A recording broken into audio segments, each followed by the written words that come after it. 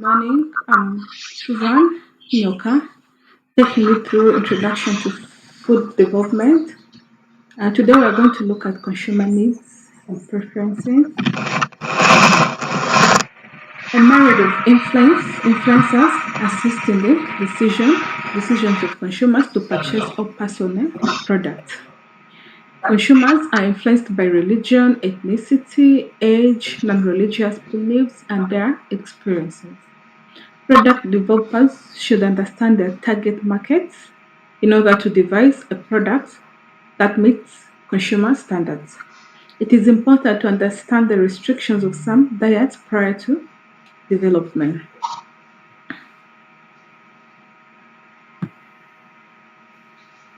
While we're going to look at religion, how religion affects consumer preferences.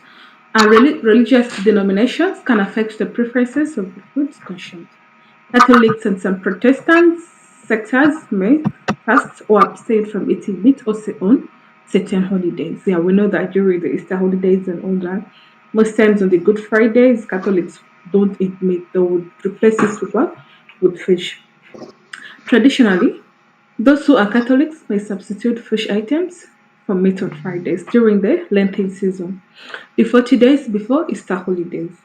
And those who practice Islam may only consume foods that meet halal standards. Foods that are not permitted are referred to as haram.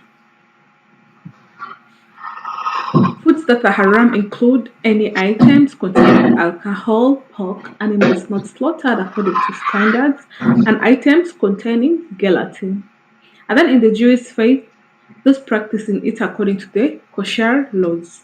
Kosher laws does not permit the consumption of pork products, crustaceans, things like the sea animals. Animals are not slaughtered according to standards, and items containing gelatin. In addition, there are guidelines for eating baked goods and eating meals with both meat and dairy in them. The second one is ethnicity, with ethnic background can affect food choices. For example, having a family with Hispanic roots, mostly those countries that are related or come from Spain, that would likely result in an affinity for different foods, for different types of foods than someone who is from India. This type of food that are consumed as a child helps shape the foods that are craved as an adult. Yeah, that's true. Like where we grow, like maybe it's in my culture, where there's too much okra, too much kudura, people tend to what? To crave for these foods even in adulthood. So ethnicity also plays a very big role in what? In the preferences of consumers. And then the next is the non-religious beliefs. Have you ever asked a vegetarian why they practice vegetarianism? Common answers to these questions include the belief that animals are mistreated, that it is healthier, or that excess farm animals contribute to pollution of our environment. Those who devote their eating habits to local organic foods may also have beliefs that contribute to their decision to live in a certain way. Those who keep restrictive diets may think that this contributes to overall wellness. Yeah. There are those non-religious beliefs, of course. They're not related to anything, but let's say according to maybe their health, consideration for the environment, and all that. And then income, as a customers, as customers begin to make more money, shopping behaviors generally change. Customers with lower incomes tend to shop at different stores than those with excess funds. Having extremely low income usually prohibits shoppers from being organic and local consumers explicitly, while higher income has consistently been linked with those who commonly purchase these types of food. Yeah, the amount of income, of course. We know most of these organic foods are kind of expensive, so let's talk of the fruits, for example. It's very hard for a low income earner to really base their diet fully on fruits, variety of fruits. But with the people who earn a lot of money, it's very easy. So income also influences consumers in our taste and preferences. And then community. Some cities have cultures that support different eating patterns.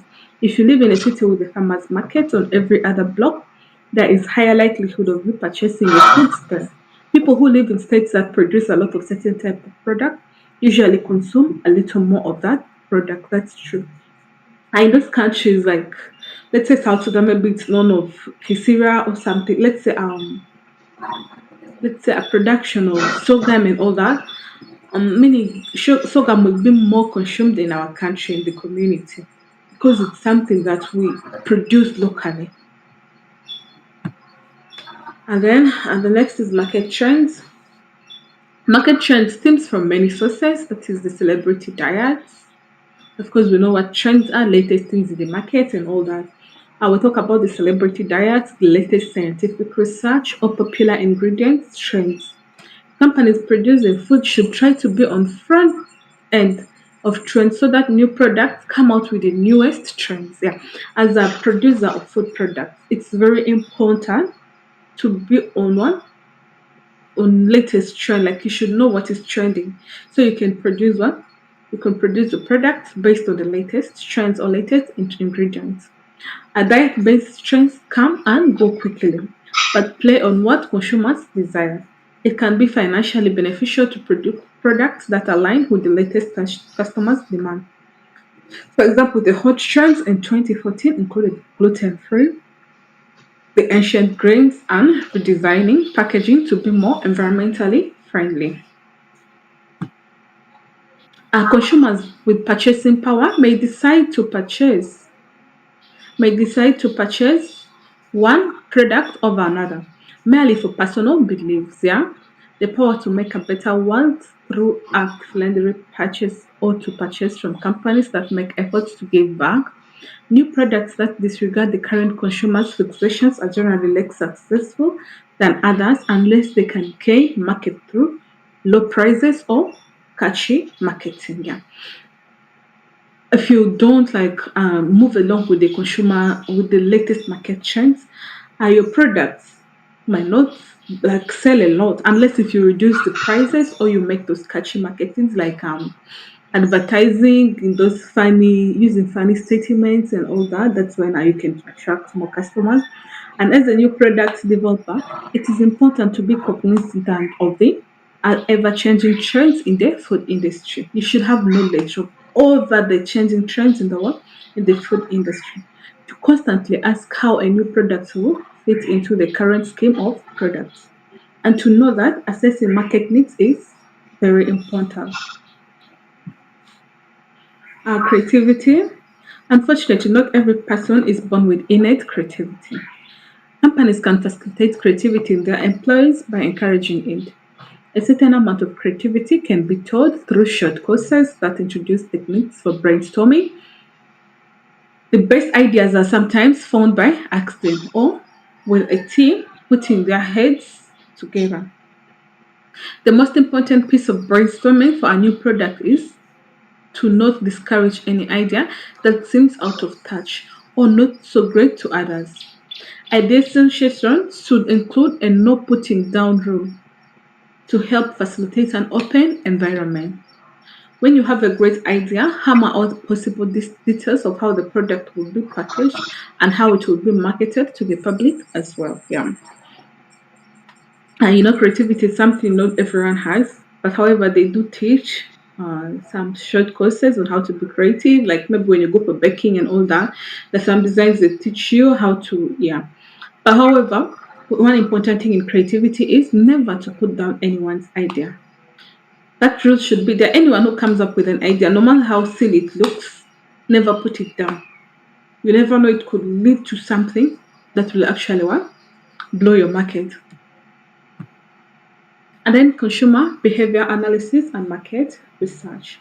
Attitudes of consumers towards food depends on many attributes, which affects in different ways on their preferences, lead to acceptance and the selection of some products, and rejecting others. Development of an appropriate marketing strategy in the enterprise requires knowledge of consumers' tastes and preferences.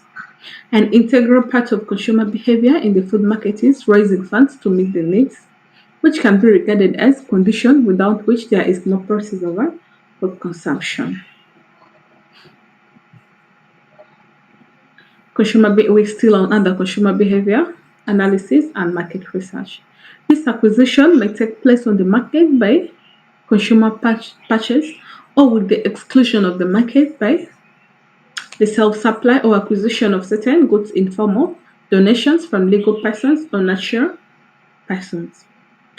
Consumers choose different places to buy particular food products, but these preferences mainly differentiate their social demographic and economic conditions as well as places of residence. Yeah. As for the places where they shop most often, regardless of the variety of assortment, most consumers bought in places in the order indicated below. One, most consumers buy from small shops where the goods are given by the salesman. That is very common. Then in South Sudan, and then in small or medium-sized self-service stores. Yeah, most consumers tend to go to those medium or small-sized self-service stores where you can pick by yourself, and then they also tend to buy from large supermarkets or a hyper supermarkets. That's very true. And then in places where consumers are least likely to buy food in order are indicated below. One is the warehouse or store which sells wholesale quantities. Yeah. Most times the wholesale quantities are kind of expensive, so people go there once in a while. And then the market bazaar or street stalls, by the street stalls, of course, consumers tend not to overbuy from the streets and all that. And then the discount stores, consumers not don't usually overbuy from the discount stores. And then store of a specific company or industries. Yeah, where there is a specific company or industries, consumers rarely buy from such places. And then the most important factors determining the choice of buying food products in the order are indicated below. Some of the factors that determine the choice of buying food products. One is the freshness of the products, and then the qualities of the products, the wide range of assortment, like you having a lot of products that are not so different from each other. Yeah, and they almost serve like the same purpose. So the consumer can be able to choose like the best they want. And then friendly and courteous services, yeah, where there's the service like the service givers are friendly or in an friendly environment. And then cleanness of the store also affects what determines where consumers buy from. And then the speed of services, how fast you serve them, determines how often or how frequent consumers buy from you. The low levels of prices compared to others also one determine the choice of buying food products in the order. And then easy orientation in the store where there is of course let's talk about friendliness too. You can easily be orientated in the store, where to go, where to get this. And then convenient opening hours of the store, that is very important. There is business people whereby when you come at 10, you might not find them. You come back at 2, you will not find them. So it really affects consumers. When a consumer comes like 2 to 3 times and find the stores are closed, it will also they'll lose interest and shift to a different customer. And then proximity store, how big your store is it? Do you have enough space to contain like all the customers and all that? And then possibility of self-selection of products also plays a very important role in what determining the choice of places where consumers buy from. And then the factors that have the least impact on the choice of place of purchase are in the order as indicated below. Some of these factors don't really affect a lot on the what on the choice of places where these customers will buy from. First is the opportunity to test. Yeah, customers most times already know what they like, what they have in place. So if you need to give them opportunity to test their products, it might not necessarily what guarantee that they will always be buying from your place. Second is opportunity of paying by cards. This does not also play too much influence on the what on the choice of place where they buy from.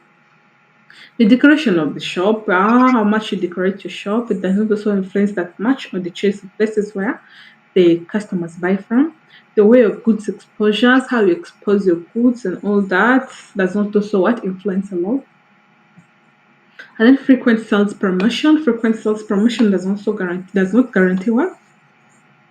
Does not guarantee uptake of what? Or frequency of buying from your shop.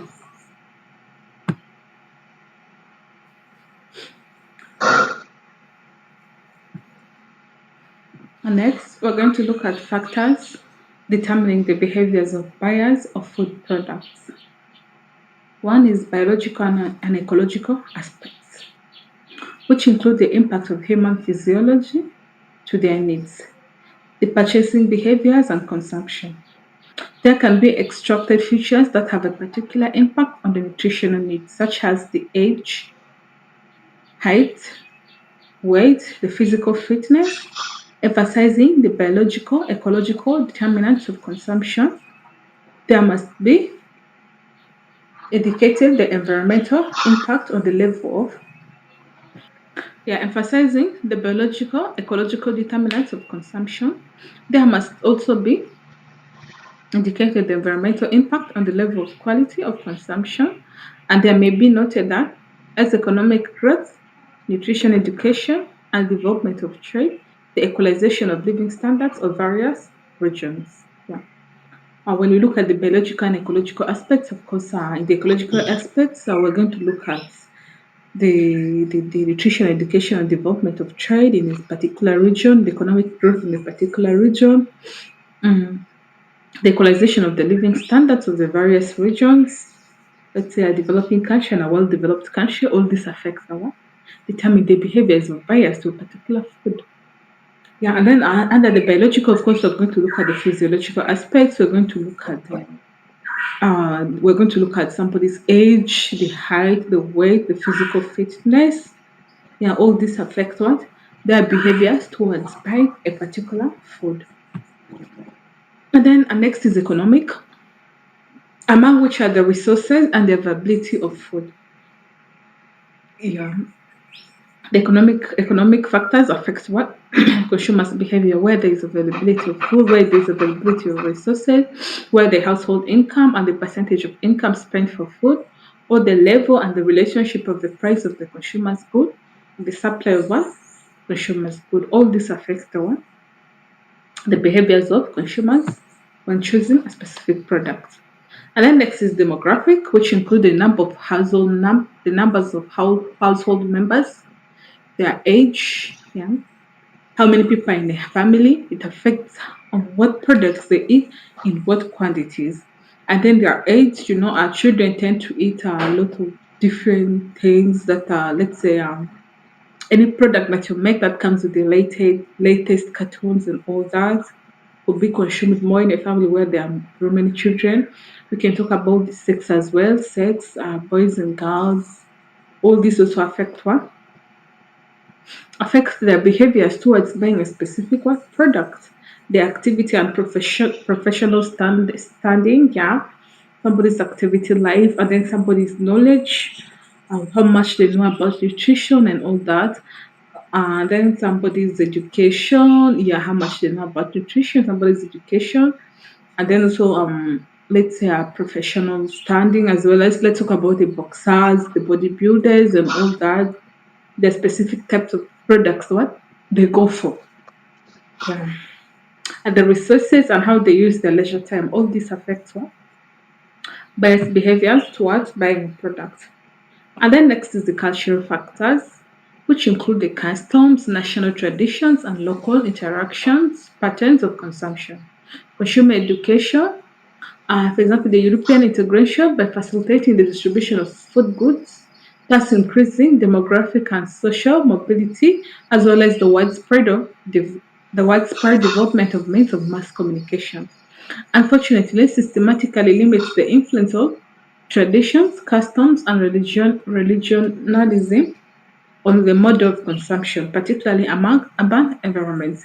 Cultural factors. So culture plays a very big factor in determining the behaviors people towards the products they buy. Whatever they consume, they consume a lot in your product, in your country, or in your culture. You will always tend to look for it, no matter where you go. So, where you're planning to produce the product, it's good to consider as this aspect.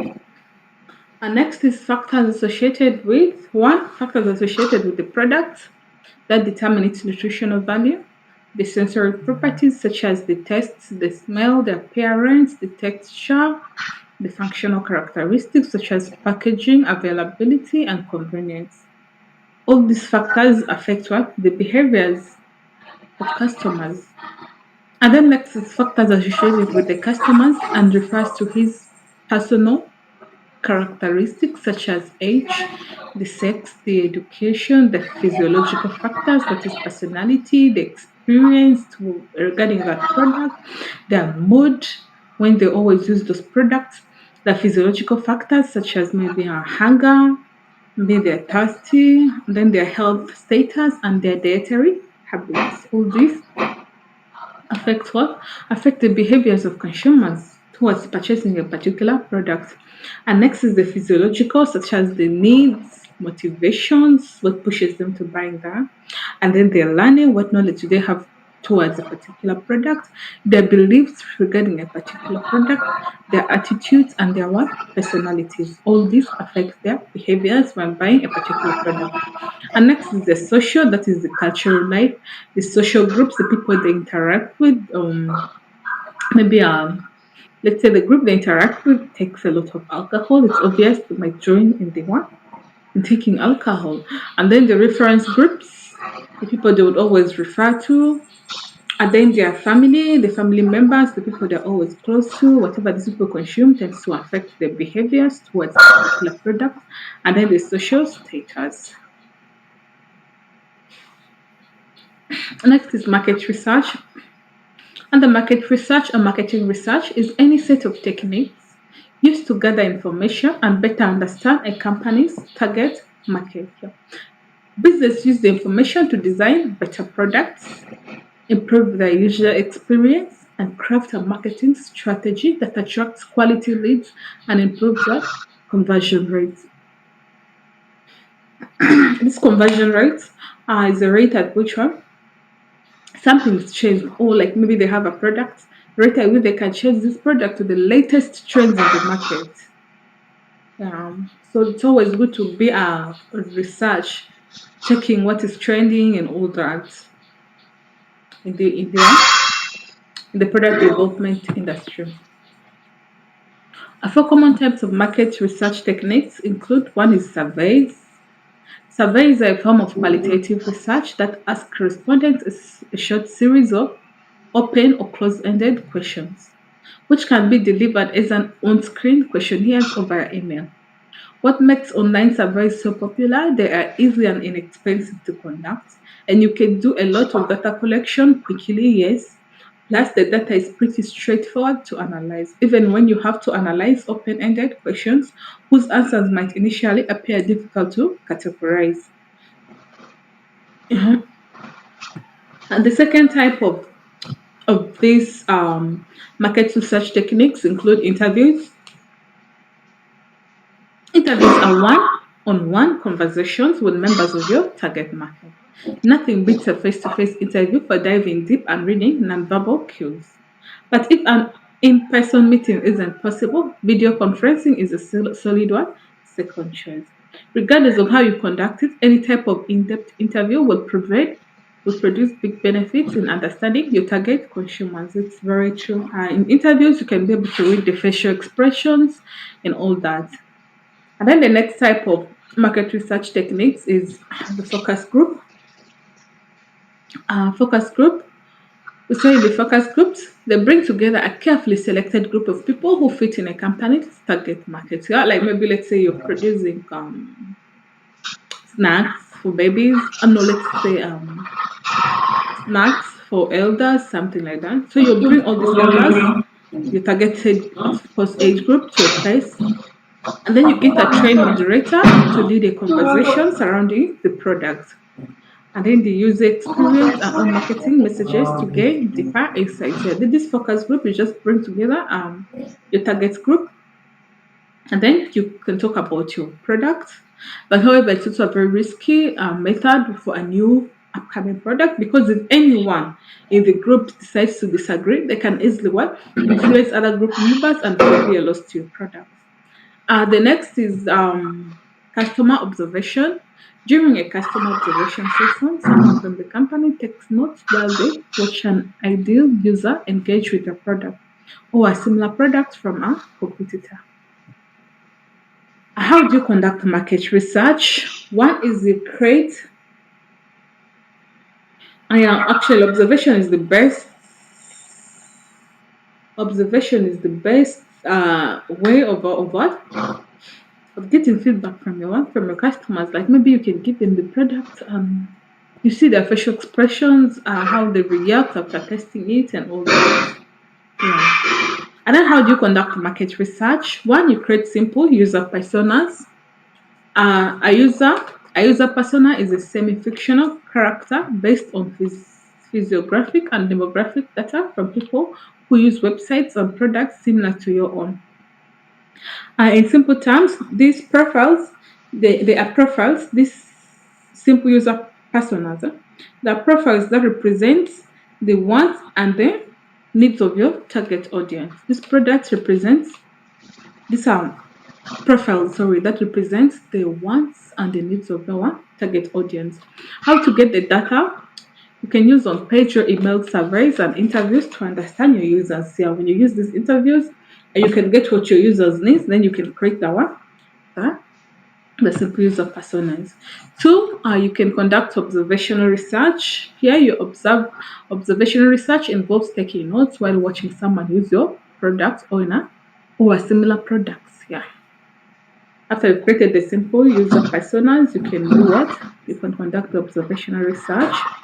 And then this observational research, of course, involves the two types. You can use the overt versus the covert observation. In the overt observation, it involves asking customers if they will let you watch them use the products. However, in the covert observation means studying users in the wild, that is without them knowing. This only works if you sell a type of product that people use regularly. Yeah.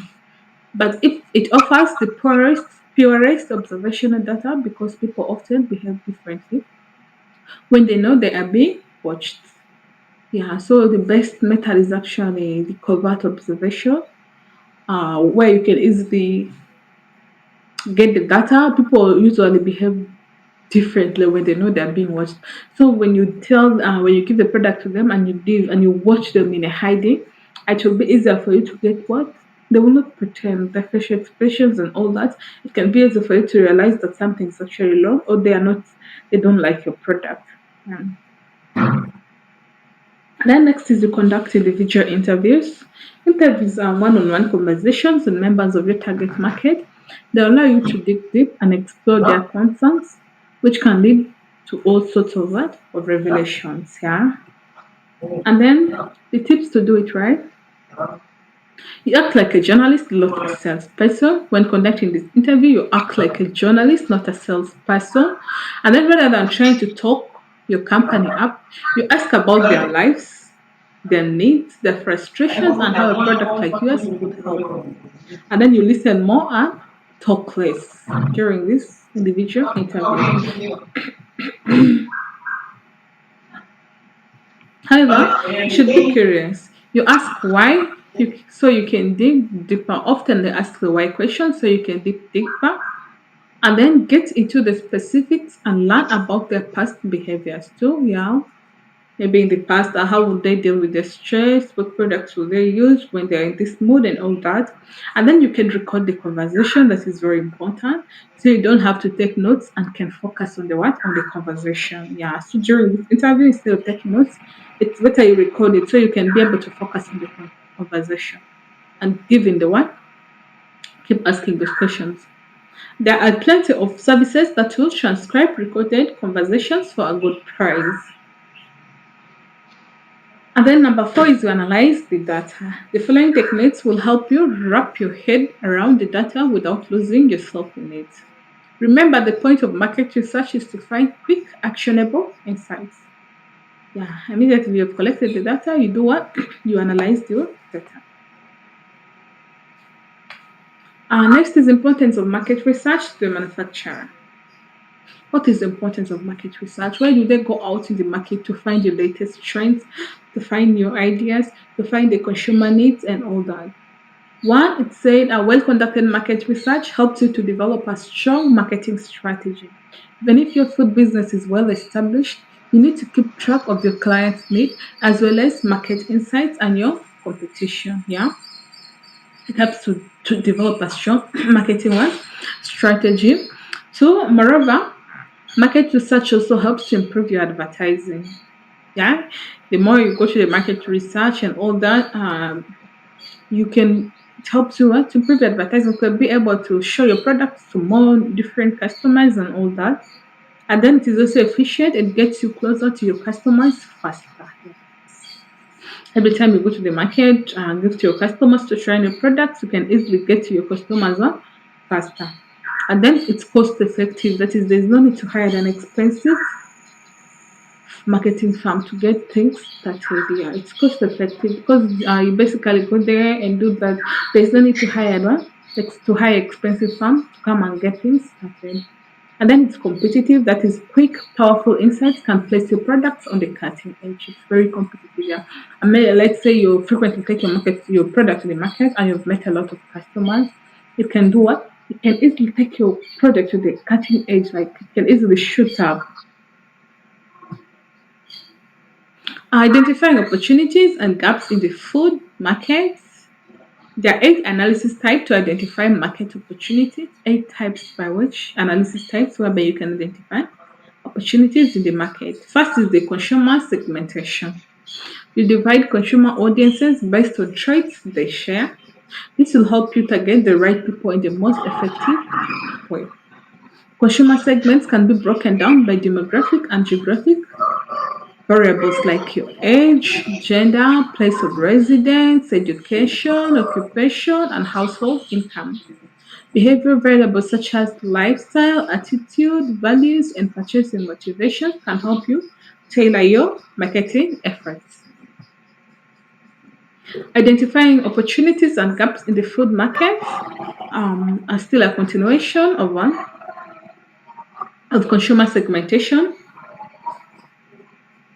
You talk about demographic variables estimate your number of potential consumers. For example, a diaper producer will know how many children under three live in a certain country. And then behavioral variables pinpoint purchase decision. Motivations include the price, the convenience, durability, design, and sustainability. And next is the purchase situation analysis. You can purchase situation analysis. Here, the buying decision making process is anything but straightforward. A multitude of factors can impact what, when, and where consumers buy. You have to understand your consumers' buying patterns so you can alter your offerings to influence these decisions. Some questions to ask are one, when do you buy? When do people buy our product or services? Is it when they need it? And then where do people make the purchase? Where do they always buy it from? How do they pay for these products? You look at distribution channels and payment methods, among others, to uncover your customers' buying pattern. This will help you position your product towards their interests. Yeah. And next is you can use the direct competitor analysis. Direct competitors and offer similar products or services. For example, the Coca-Cola and Pepsi or Netflix and Hulu. They do comprehensive research. Make sure you do comprehensive research on where your business stands in the marketplace and know what other key players are doing to build a powerful competitive edge. Then find out how they size up against your business. Yeah. Next is the indirect competitor analysis. Indirect competitors target a similar audience but sell different products that satisfy the same needs. For example, Coca-Cola and Tropicana or Netflix and Marvel Comics. Analyzing what companies are doing in substitute industries or categories can help improve your offering and reach new audience. Next is the complementary products and service analysis. You should monitor the performance of products and services that are complementary to your businesses, the products that they use hand in hand with what you're producing. You should monitor the performance of those products. If they are not selling, meaning your product will not sell. But if they are selling, meaning there are high chances of what? Of your product selling too. For example, the sweet spread and better brands should analyze market trends in bread and savory biscuits. And the tomato sauce company should capture data on the what? On the pasta market as well. And next, by performing this kind of research, you'll be able to one, understand how your customers use your product in conjunction with others, the complementary product service analysis. You understand how your customers use your products in conjunction with others. You detect new needs, opportunities, and trends in the market. And then you develop new offerings or redesign your products according to what you found in the market. And then you sell more effectively. And then next is the diversification analysis. To diversify or not to diversify, that is the question. If your company has reached a high level of maturity in your current market, doing a diversification analysis will help you understand how and where to grow. But you must have the right skills, resources, or business models to successfully expand into what? Into new categories. Begin by analyzing any sector that could benefit from your offering. Then understand that industry's growth potential and the competition. Look at the market sizes, shares, growth rates, the unity prices, the per capita sales, and brand positioning. And next, you can do the market, you can do the foreign market analysis. If your company operates in a mature or saturated market, exploring other countries could help you achieve your financial goals. The markets in different countries grow at different paces due to disparities in economic development and local habits. Knowing the evolution of per capita consumption of a given product in each country can serve as an indicator of the maturity of a product's life cycle. Understanding the size of the market and its competitor will help estimate the business potential. And next, you can use also the environmental analysis. Don't forget to analyze external factors that could impact your business. This includes the economic situations, the geopolitical events, the changes in regulations, the technological and scientific development, and environmental factors like climate change. Paying attention to these elements will help you assess market attractiveness and create winning strategies. Um, Identifying gaps in the food market, and we're done with identify opportunities in the food market. Now we're going to look at identifying gaps in the food market. A gap in the market is a business opportunity. It is when you have identified something that customers need but isn't available or isn't currently available. So this could be something that's completely unique or an improvement on an existing idea or a way to introduce something to a different market. Ways to identify gaps in the market. One is to monitor trends in your area of expertise. If you have your finger on the pulse of current trends, consider what is missing. Are there products that are useful?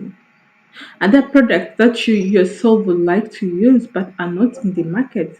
Have you heard of any desired services from your network of colleagues? Keeping in touch with those in your industry is a great way to monitor current trends and take advantage of opportunities when they arise. Next, you should be able to elicit feedback from customers and listen to it. Do you routinely get feedback from your current and former customers? If not, you may be missing a golden opportunity to offer something new and profitable to a group of individuals who already value your company.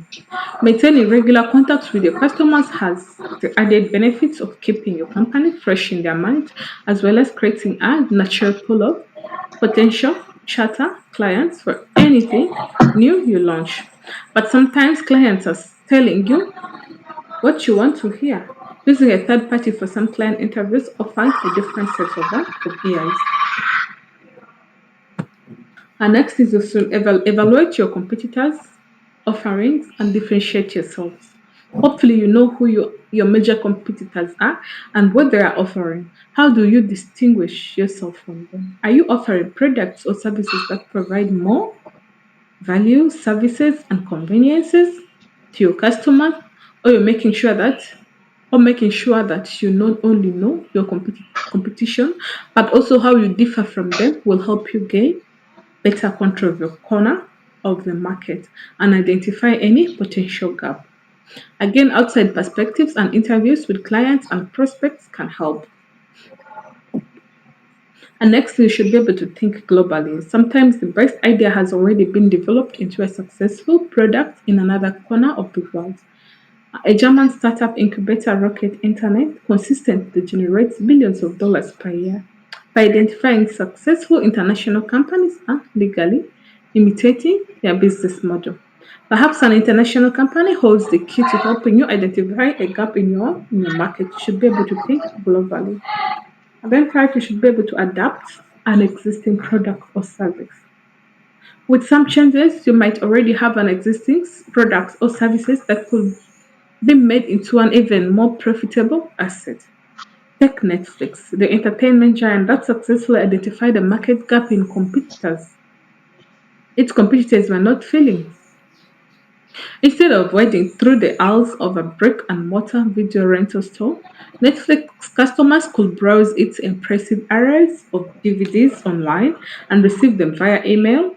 But they didn't stop there. They expand their offerings to include streaming services and more. Recently, producing blockbuster TV shows like House of Cards based on customer view data.